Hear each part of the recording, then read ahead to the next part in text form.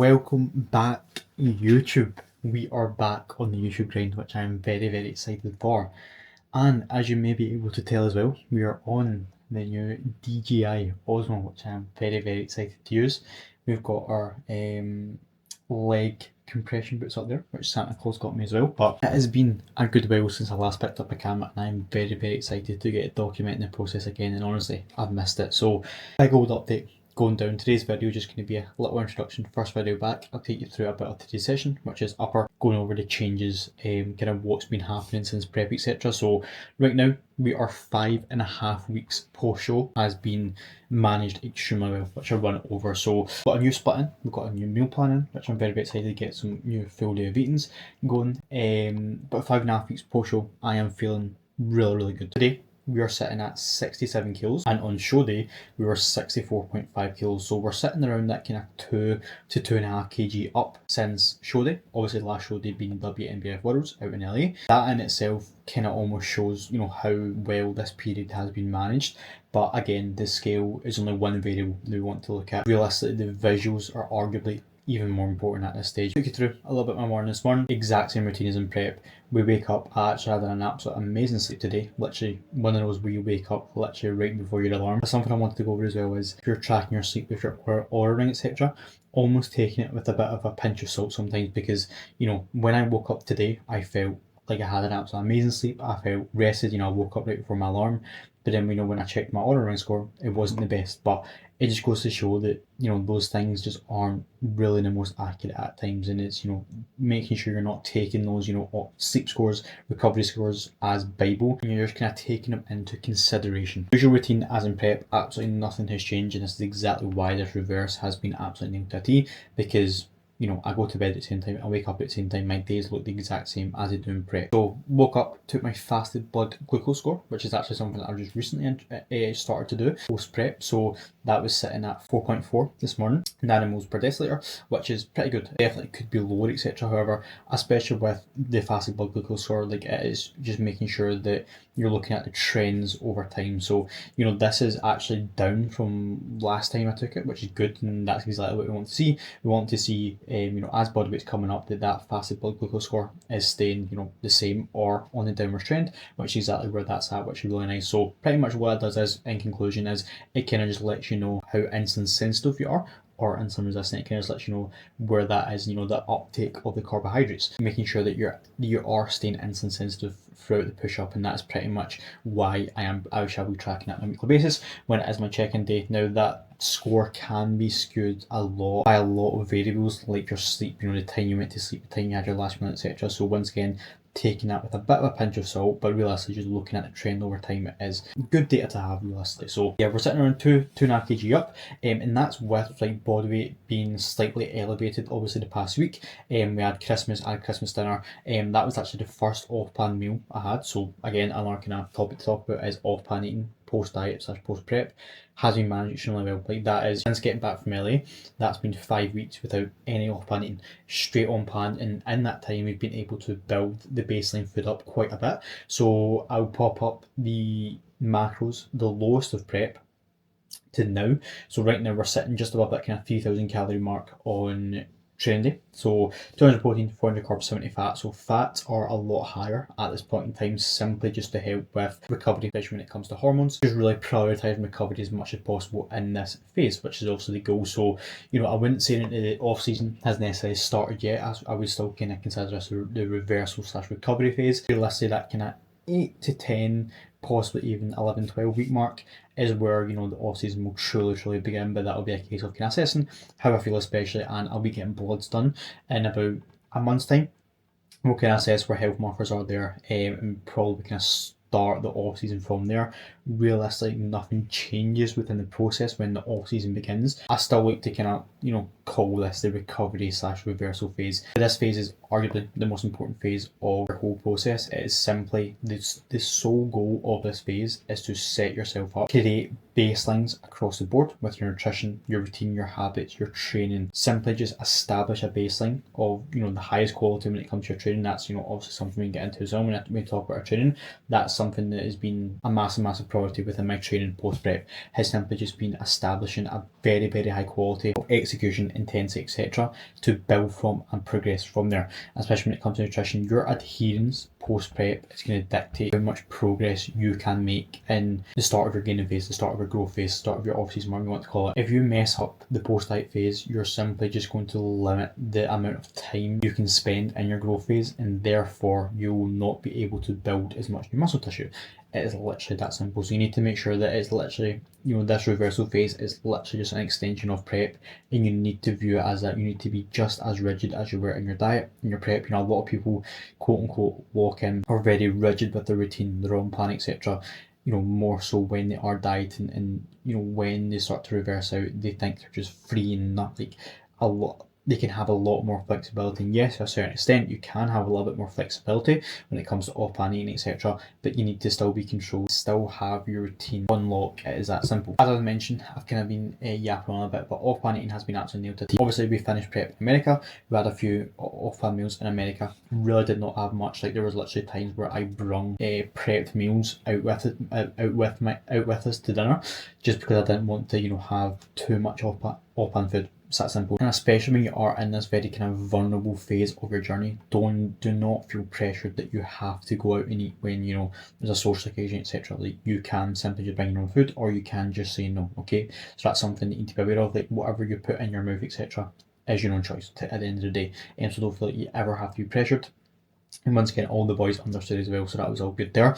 And since getting back, didn't eat any off-plan food because I simply just wanted to, recover as fast as possible. And once again, when you are on plan more, realistically, the more you're going to be able to build that baseline food up over time, and therefore the faster you're going to be able to recover. And that is the goal, in this recovery phase, is to get to a body fat set point. So put on some body fat, which is the goal in this phase, but still be as lean as possible. Get to a point where all of the prep negative adaptations are kind of gone, and we're slowly getting there. There definitely is still some present. I'm not expecting to be 5.5 weeks post shown to be completely 100%, but we're slowly getting there every single week. Training is actually just feeling better and better with a little bit more weight on the scale, etc. That obviously helps. Yeah, as I mentioned, the off-plan eating this week, so we had obviously Christmas Day, literally had Christmas dinner, and then I also had a Christmas dinner with the boys a few days before that, so the weight has kind of jumped up a little bit more this week. On average, last week we were sitting around that late 65s, and now we're sitting around that kind of mid to late 66s. So the scale has jumped up quite a bit, obviously just with having a couple more off-plan meals, especially with kind of how rigid I've been with my on-plan eating, etc. Like when I do eat off-plan, my scale does jump up quite a bit because of that. I do know it is because I know how I handle off-plan eating is sound, and I don't overeat, etc. And when I have off-plan meals, etc., I will pull back a little bit as well to just reduce the kind of surplus that I'm eating that day, so I'm not in kind of too high of a surplus. But yeah, that is pretty much the update on where we're at. Like post show has just been managed extremely well. I've literally been cracking on. Like even though I've not been picking up the camera, my routine has been extremely rigid, and I'm simply just setting myself up for a very good start to the off season. So yeah, I'm very excited to get using this DJI Osmo as well. Absolutely love this little bit of kit. Took you through today's fasted shots as well, so I'll pop up that footage right now. Very happy with today's check-in shots, to be honest with you, and honestly only looking better as the scale continues on the upwards trajectory, which is really good to see. So just a lot more films coming to life as the weeks go on, that especially towards the back end of prep. Like we did just wither away a little bit, especially to the lower body. Our training, which we're going to dive into today when we're in the gym, training is just going extremely well. Like it's really starting to start to progress. I'm just enjoying it once again. Like I'm so excited to document this part of the process, because this part of the process, when we're transitioning through off season, we're recovering, etc., this is where the progress starts to be made, and this is where I take my physique forward. And the kind of roadmap we have lined up, obviously next time I will be competing will be 2028. So yes, it sounds like a long time, but it's really not a long time. Like in the roadmap we have 2 big push-ups before the sort of like pre-prep diet, so around 32 weeks at a minimum of growing ahead of us. We're like 5 weeks into that already, so time's absolutely gonna fly by. Keeping it urgent, keeping the routine as usual. I'm excited to get documenting this off season. Real estate off season hasn't started yet. We're still in recovery phase, as I've kind of mentioned a couple of times here, but that is where we're at. That is where we're at post show. 5.5 weeks. That is how we're looking. Still very lean, yes, but some necessary body fat has been put on, and only feeling better for it. So we've got upper on the cards today. I've also changed split as well. So previously in prep we were running a legs push pull rest, lower and arms upper split. Now we are running a upper lower variation. So we're doing upper lower delts and arms. So I've got an arm day in now, rest, and then upper lower. So most likely when we kind of start the off season, when I'm kind of fully recovered from prep, when recovery capabilities are a lot higher, we most likely will be switching to a 2-on 1-off split when I am able to recover from it. But for now, I'm actually really enjoying this 5-day split with the arm day as well. I actually really am enjoying the arm day. I feel like, especially for myself, when we look at like what I need, I just do need a lot more arms, and just having that full day dedicated to them, I feel like is very beneficial. However, I do think if we do switch to the 2-on 1-off split with that higher frequency, and realistically probably training arms every session, I think that increase in frequency will also see a lot of progress in steps forward when it comes to my arm development. So that is where we're at, prioritising coaching as well in these last kind of 5 weeks when I haven't kind of been recording. Obviously still prioritising myself, my own process, but really kind of dialing down on coaching, especially with the new year coming up, big goals ahead for the coming year. And really this year is all about obviously off-season progress, but really taking my coaching to a new level, and I'm very excited to crack on with that, especially kind of new year. A lot of people kind of looking to come on board, which is really good to see. If you are interested in online coaching, there will be a link in the description, or head over to my Instagram. But that is all for this morning chat. Obviously a big old update because I've not been on here in a while, but weekly videos, I really want to get a lot of training footage as well and talk over training, because going into this growth phase, this off season, that is the priority, is training performance and progressing my training. So I really want to document and film a lot more training alongside obviously the routine, the meals, etc. Everything that goes into progressing your physique forward, because that is what the off season is for.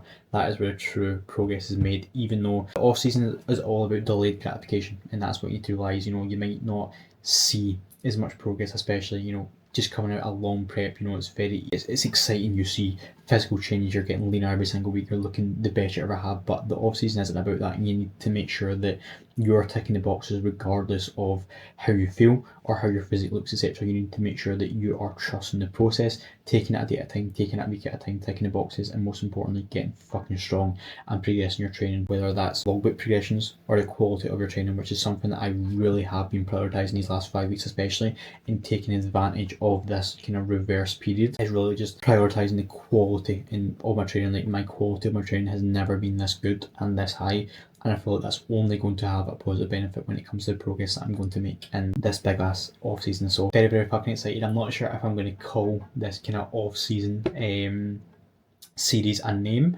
or if I'm going to have a name for it. We shall see. But if you have any recommendations for the off season series, what to name it, then do just let me know. That is all. I shall catch you in a little bit for the pre-workout meal.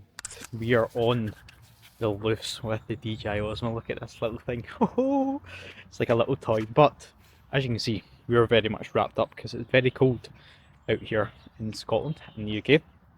But that is what I want to come talk about, is even when it is cold outside, and I've seen a lot of people getting walking pads for their Christmas, I still would highly recommend getting outside for at least a good chunk of your steps for the day. Now, literally what I do is, obviously I have the luxury with my job being an online coach, I work from home, etc. So my routines, like literally the time I go out for walks, I literally go out at the same time and I go on the same walks. Like, that is literally how rigid my day and routine is. What I like to do is, first thing in the morning, I will get out for at least a 20 to 30 minute walk usually.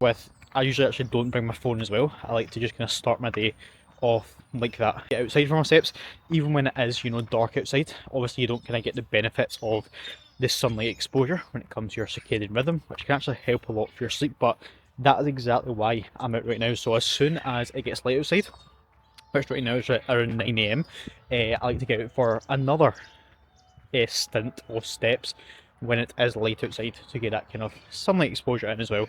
I'm going to get a little Lumi light so a little daylight lamp, I think it's called, for my desk setup, because you know, as I just said, when it is dark in the mornings, you don't kind of get that sunlight exposure, and that kind of mimics that to a certain extent. I think it's like 10,000 lux, I think, which kind of mimics you know, not the same amount of lux you'll get from the sun in the morning, but you know, it's better than nothing. So I think that's what I'm going to get as well. But I do at least 2 walks outside every single day, which will be first thing in the morning to wake myself up. I like to get outside, and then when as soon as it gets light outside, I like to get out in another step up steps. So that is my recommendations for you. However, obviously if you get a walking pad for Christmas, it is pretty ideal. I do enjoy, you know, the walking pad. Post workout, I'll hop on a treadmill as well, just after I eat my meal, which is something else I want to talk about, is steps after meals.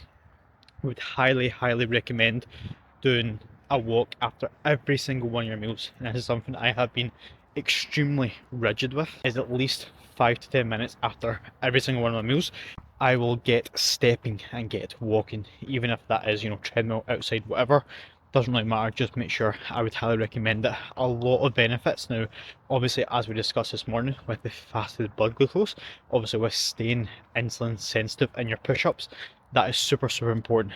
Super important. That is something I'm going to extremely prioritize as I get deeper into the off season, is staying as insulin sensitive as possible now. So what it does is, when you become insulin resistant, your body uses the carbs and stores them as fat instead of as fuel. So you put on more body fat. Now obviously the goal in our off season is to stay as lean as possible, keep body composition as tight as possible, put on, you know, pretty much the goal isn't to put on as minimum body fat as possible, but we obviously want to be staying as lean as we possibly can in our push-ups to prolong the amount of time we can spend gaining and growing and putting on new muscle tissue. So that's super important, something I'm going to be keeping an eye on, and that's exactly why I am tracking my fasted blood glucose in the morning, as we discussed this morning. But especially when it comes to digestion benefits, getting moving, you'll see a lot of benefits when it comes to digestion your meals, a lot there. So that is something that I would recommend, especially when pushing up in the off season, food's getting higher. Keeping digestion in a good spot, which will only have positives towards keeping your appetite in a good spot as well. So, a little walk, if I can flip this around, I've got gloves on, there we go. Oh, I actually love this little thing. But yeah, down the little steps, got the, oh, you can't see it, let me pin it down, got the Crocs on, come on. But yeah, that is where we're at in the day. It is 9 AM, I can't flip it around so I've got my bloody gloves on, oh jeez. There we go. But yeah, that's where we're at. 9 AM, we'll have my pre-workout meal in an hour's time. And final tip before we go, full of tips this morning, but water intake before your meals. Shout out to Jake Byers because he put me onto this. Is cutting your water, not having water with your meals, and cutting it just a little bit before and after your meals. So usually I'll do like, let's say sometimes I'll do like 30 minutes before meals, I'll just cut my water, which once again will just help your food, your gut actually digest the food. Once again, digestion, making sure we're actually utilising the food and we're actually using the food. And you know, but especially before sessions, we're not going into the session still digesting the food, and we're not, and our stomach isn't feeling heavy during our sessions, and we're actually able to brace properly. Little things like this, once again, all these little 1% things add up over time. So yeah, gonna go and do a little bit more of work, then I will make my post-workout meal, pre-workout meal, and then we'll hit the gym. And I'm very fucking excited. I'm very up for today's upper session. I'll take you through a little bit of that. Once again, I do want to get a little more training filmed. It won't be a kind of full session film, but I'll get a little bit of sets, a little bit of chatting going on inside the gym. So good motherfucking back. Oh, right. As promised, the pre and post workout meal nutrition going down. So only changes that have been made to the pre workout meal, which is here, which is the usual 150 grams of sushi rice, actually in the new rice cooker that I just bought as well, which is absolutely lovely. 150 grams uncooked sushi rice, obviously being cooked. 110 chicken, 50 green beans, 100 pineapple, 10 grams of dark chocolate, and then the addition in this meal, which has changed, is 5 grams of extra virgin olive oil, obviously with the extra fats that we went over today, obviously with the fats being higher. I'm pretty sure at the end of prep they were at like 45, now they're at 70 grams. So just kind of evenly spreading that across the 5 meals on training day now. So training day meals have been up to 5 from 4 to 5. So that is also why I have got my post-workout meal prepped here, which I'll run you through when we go over that in the gym. But this little scale as well is fucking sick. It's a precision scale. So let me turn it on here. So it does like the point, it's, yeah, the precision scale there, pretty much. And it has a little timer from the WMBF Worlds, which is pretty cool, which I got for competing. So that's pretty cool. Yeah, that is the pre-workout meal, post-workout meal nutrition going down here. The time is 10 a.m. We shall eat this and then usually start training at about 11 a.m. And we're in for upper today, so I shall see you when we are in the gymnasium. It's going to be a good session. We've got upper pull focus session today, which is very good and definitely like in the groove now as well with this new split, which I'm very, very much enjoying. So let's freaking get it. We are on the road to upper. We have got our pump product, bit of vortex in here. I'll run you through today's pull session. So new split in. So these are going to be new sessions that you've never seen before. So upper pull focus session, as we kind of went over earlier, we are starting off with 2 sets of abs. So starting off with, I start my ab work on the upper days and then the arm day as well. So that's 3 times per week frequency when it comes to ab work. And then I also do my vacuums daily in the morning. Then obviously with this being a more pull by session, doing our pull work or back work at the start of the session, where we're going to be able to get the most stimulus. So 2 sets of a vertical pull down, being the citadel pull down, 2 sets of the nautilus row, which I'll run you through, which you can replace in the barbell row, 2 sets of a low to high row, then that is the back work finish for the session. Then moving on to the second half of the session, which will be the push work, which will be delts and chest. 2 sets of machine lateral, 2 sets of a high incline, being the more kind of delt overhead press, then 2 sets of a incline press, so low incline press, being more chest bias, and then finishing off with cable lateral raises to finish off. Now, volume wise, is not at its kind of peak at the moment. What we need to realise is, our goal post show is to create a runway for progress, and that is with everything, with nutrition, with training, especially training volume. So right now we're just trickling in more volume as the weeks go on, but it's not, at its peak. It's not peak off season because post show your recovery capabilities are going to be very low, probably the lowest that they are going to be. Therefore, if you're hammering in the volume, first of all, you're not going to be able to recover, and it's actually going to slow down the recovery process, which is the primary goal. And we want to make sure that there is a large runway for progress. Introducing more volume into your training is literally the most stimulating form of progression. However, it's also the most fatiguing. So we also want to build that up over time, which is what we're doing. Listen to the body, seeing what the logbook is saying when it comes to how the sets are progressing, if they are progressing, obviously. And then from there, we'll trickle in a volume, like a set here and there on the body parts that we want to put in more volume for this session. So big fucking upper session going down. We'll get some of that filmed. Once again, won't walk you through the whole session. I want to make these videos a little bit more compact, still, educational, entertaining, hopefully as well, but not as long, because I know what you TikTok brain kids are like. So, yeah, that is all. Pump product going down. We've got about a 10-minute drive to the gymnasium, and we're gonna have a good fucking upper session. So let's be having you. Right, I actually love this little thing. God damn, no way does it follow me all around, does it? Starting off with the hoist ab crunch. One of the days I do the cable ab crunch. One of the days I do the hoist ab crunch, and then the other day I do the hanging leg raises. So hitting kind of all boxes are being ticked here. So first set going down here, abs are just like any other muscle group, still progressively overloading, still aiming to progress them, whether in accuracy, tempo, etc. Loads, reps, getting strong at them, more importantly, but still keeping that intention and quality there. Really making sure to blow out the air as I get into that contraction. So really make sure I'm getting as much spinal flexion as possible, and really I'm contracting the abs. Realistically, with any body part you train, you still want to make sure that you are actually cueing to contract that given muscle group, especially with abs. When you start to get heavier, it's very easy to just move weight from A to B. So being intentful, blowing that air out, and actually contracting your abs and keeping that intent on the abs full time is very, very important. So let's fucking get it.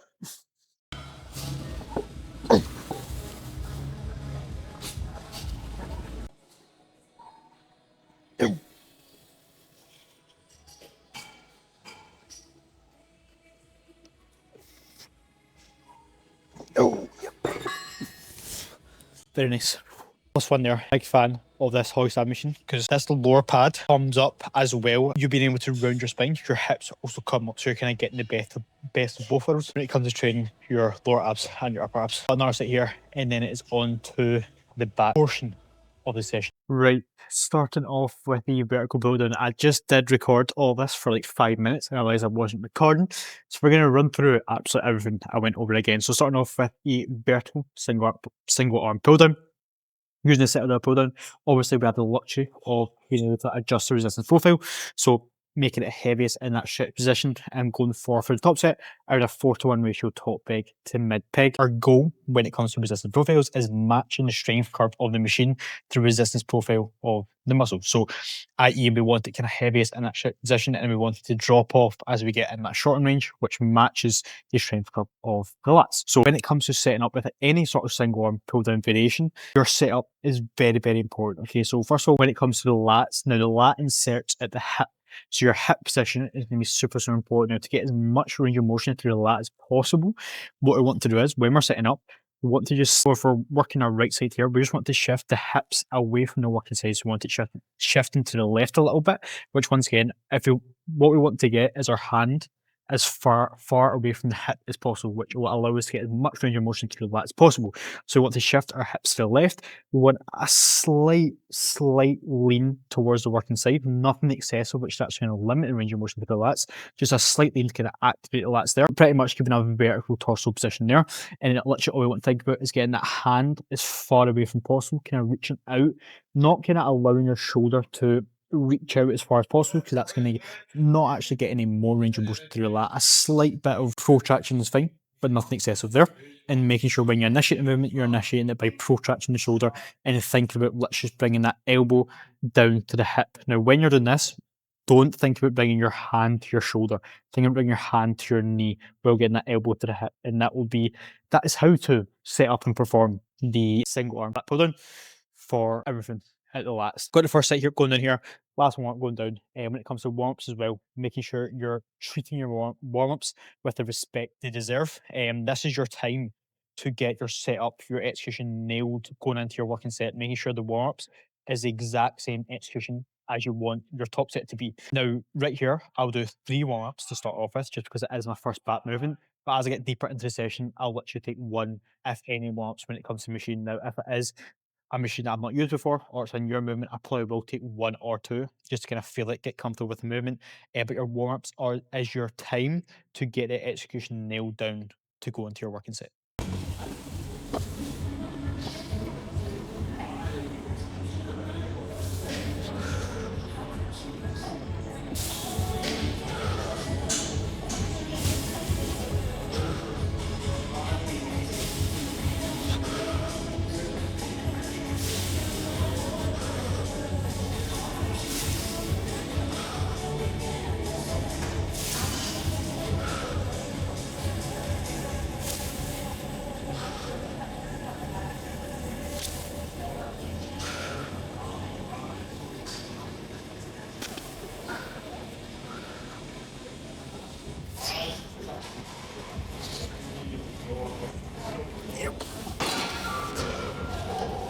Very fucking good. Plus 1.25 kg top peg and upper rep with arguably better execution. Big fucking progression there. Big fucking progression, and that felt very fucking good. That felt very good. Notice how stable I am in that movement. My goal here is to be as stable as humanly possible. So, i.e. the connections with the pad. So this, I'm literally thinking about driving my knees, my quads into the pad, creating as much stability as possible.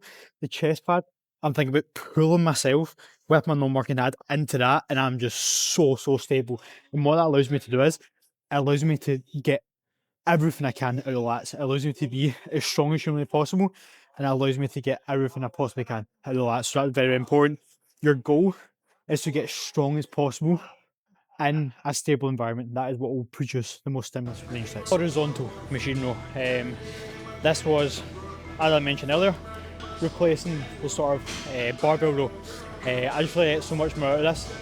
It's a sort of upper back row, it's not chest forward, so I'm allowing for a slight bit of torso movement, a little bit positive use of momentum. whole back feels fried after that. Such good exercise. Big fan. 1 pin off the stack here. I definitely could take the stack, but it just wouldn't be as high quality. I still am thinking about scapular protraction, scapular retraction, and I still am getting a lot of upper back out of this. But alongside this, I still want to get a good amount of stimulus through my rectors, which is what makes that dense, thick back, is getting some good and developed erectors. So once again, being intentful, I'm still being intentful with this exercise, even though it may look like it's a little bit looser with form, the intention is still there. And you still need to make sure that is there within all your movements. So that was up a pin there. I think it was only down 1 rep. Might need to look back at the video, but I'm really happy with that. And once again, whole back feels absolutely fried. Now onto the Strive low to high row with the chest support.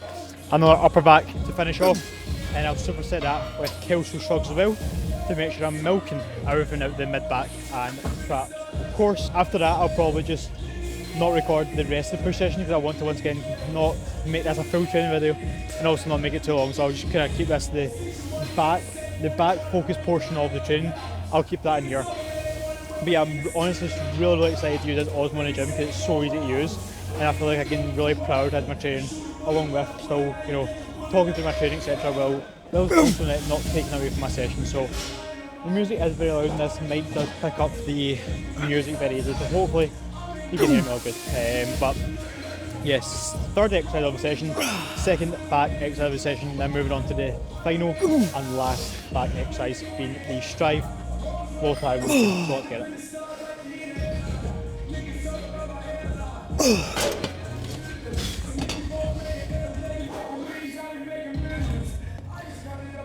Oof. Very good set, very good set. Same reps, same loads last week, but once again, a progression. The quality of that set was very good. Very happy with that. Once again, you don't need to progress load of reps for it to be a progression.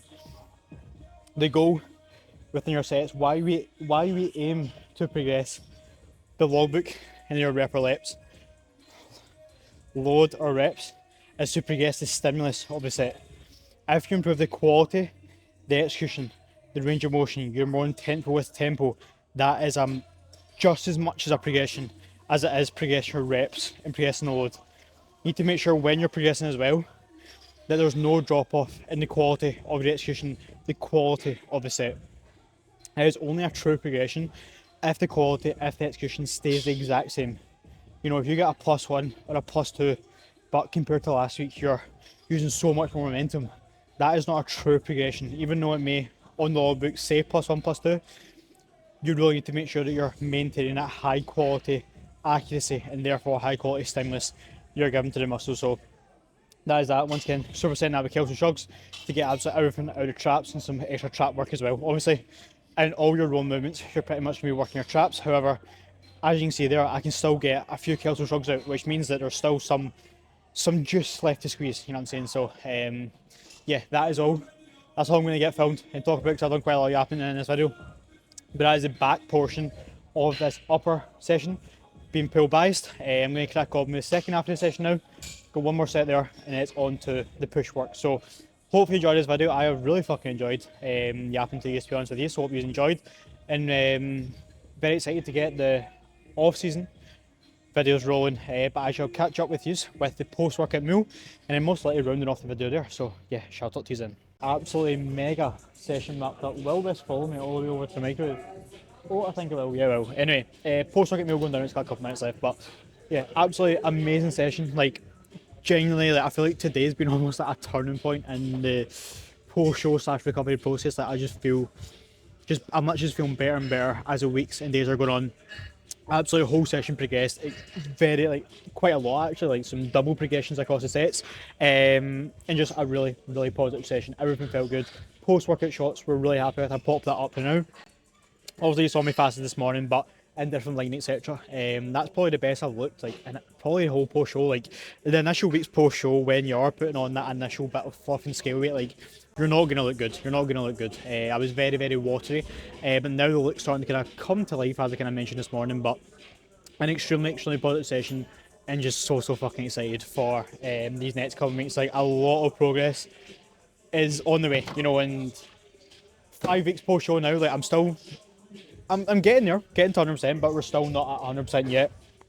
And it's literally a case of doing more of the same, trusting the process and just letting my body kind of recover pretty much. But 5.5 weeks post show in a really, really good position. I'll show you the post workout meal now.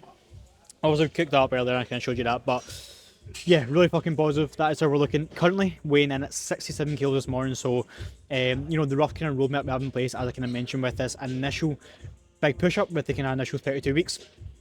If we're looking to gain about that kind of 0.25 to 0.3 kg rate of gain per week, we will get to about that kind of mid 70s range. Obviously, scale weight is not everything, and we will just be a case of getting fucking strong in the gym, putting in more food where need be. Most importantly, over these next, month or two, the focus is still recovery, let my body recover. The subjective there, i.e., how I feel, how I'm progressing, how I'm recovering, is what we're going to be focused on. But most importantly, continuing to do what I have been doing for the years, which is just nailing the fucking process, and let my body recover. So that is where we're at. That is how we're looking. That is how we're training, and this is what we are eating. So post-workout meal is 70 grams of sushi rice. Let me show you our 70 grams sushi rice. We've got 150 veg and 150 grams of 5% state mince and 100 grams of pineapple. Easy, goddamn easy. So now the veg, actually, this I've just got green beans in there because I'm doing some kind of like digestion troubleshooting at the minute. Like, all the meals are sitting well, but my quality of stools, per se, isn't to the highest quality. So I'm just kind of troubleshooting some food sources, i.e., kind of taking out some sources and kind of just building it back up from there. So this used to be a mixed veg bag, which used to be carrots, sweet corn, peas, and green beans.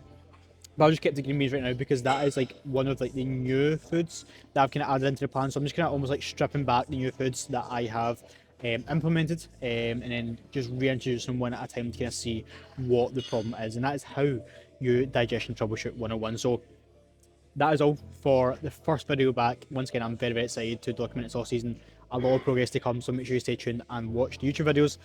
Like, subscribe, comment, all that jazz, and I would very much appreciate if you shared it on your story as well. If you're watching this on your laptop or whatever, doing cardio, eating, post a little picture on your story, tag me and I'll repost it. It's cool to kind of see the amount of people that repost them as well, so I appreciate that, I appreciate the support. That's all from mine. 5.5 weeks post show, time to my fucking grow. Let's get it.